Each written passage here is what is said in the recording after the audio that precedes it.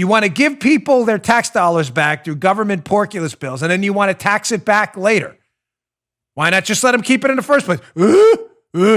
Stop. You're asking me complicated questions I haven't really thought through because you don't think through anything. You're a liberal. You don't actually have to think.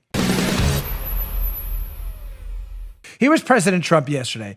A great soundbite from the Rose Garden. He cannot say this enough. I love when he says this. He built it once, and we will build it again. We will fix this economy when we get through this. Check this out. It's quick. People have stepped up to the plate. I think we're going to have a really good, I think it's going to start building. I think it's going to build fast. I think it'll be a tremendous, tremendous comeback. And, so I say I built the greatest economy with all of the people that helped me and all of the people in this country. We built the greatest economy the world has ever seen, and we're going to do it again. Yes, yes, yes. On a deadly serious note, yes. Thank you, Mr. President. I mean it. You need to be optimistic. And when you say that, you're doing a great job at doing it.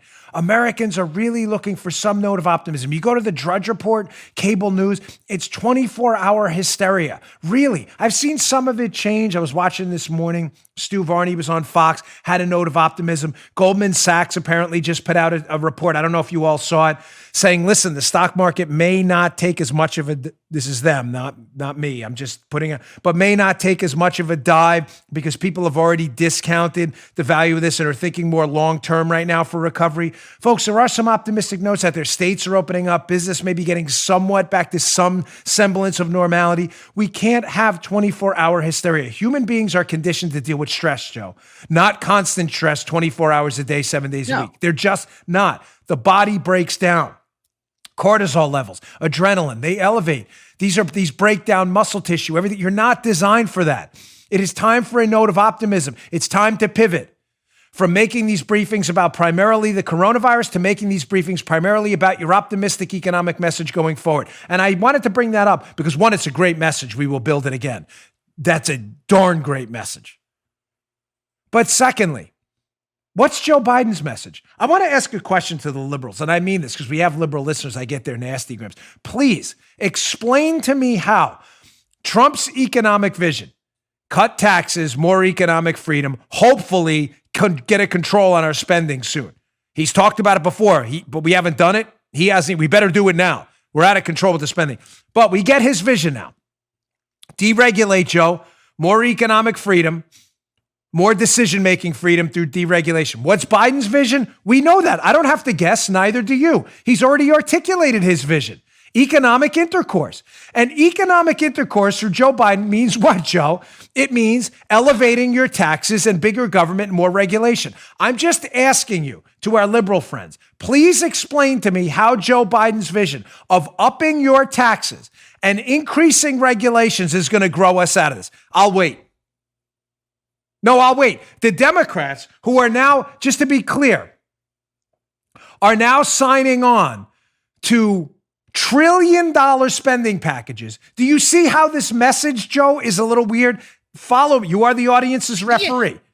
So your message, the Democrats and Joe Biden are, the government should spend trillions of dollars to give to people to rescue businesses, while when Joe Biden's elected as president, to then go take that money back through higher taxes. Again, I'll wait for your explanation of how that's coherent.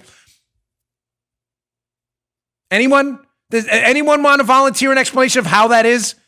So Democrats, we need the government to spend trillions on the economy. Pelosi's arguing now for phase 4. Enough. No more phases. We're done. You're arguing for, so government should spend money. In other words, give people's money they already took in taxes back to them because there's no money for it, right? We're doing logic here. But Joe Biden's plan for economic recovery is to what? Take the same money the Democrats want to give to people, and Republicans too. I want to be fair. Republicans have signed on to these stimulus, porculus bills too. But unlike the Democrats, the Republicans, at least the president, I believe, understands economic freedom will get us out of this and giving people more money, not taking it away. Does that make sense? How does Joe Biden's bizarro world economic intercourse theory make any sense? Can anyone explain that to me? We need to give people more of their money back. Joe Biden, we need to take more of that money away. What is it? Is that not a fair question? Of course it is. You know you can't answer it. Because you're a lib. You don't answer questions. You're an emoji. You're busy telling me I'm a racist right now, or a homophobe, or transphobe, or an istophobic, phobophobic, xenophobe, messiah. That's all you do. It's your answer to every question. You want to give people their tax dollars back through government porculus bills, and then you want to tax it back later. Why not just let them keep it in the first place? Stop. You're asking me complicated questions I haven't really thought through because you don't think through anything. You're a liberal. You don't actually have to think. You just heard The Dan Bongino Show. You can also get Dan's podcasts on iTunes or SoundCloud. And follow Dan on Twitter 24/7 @DBongino.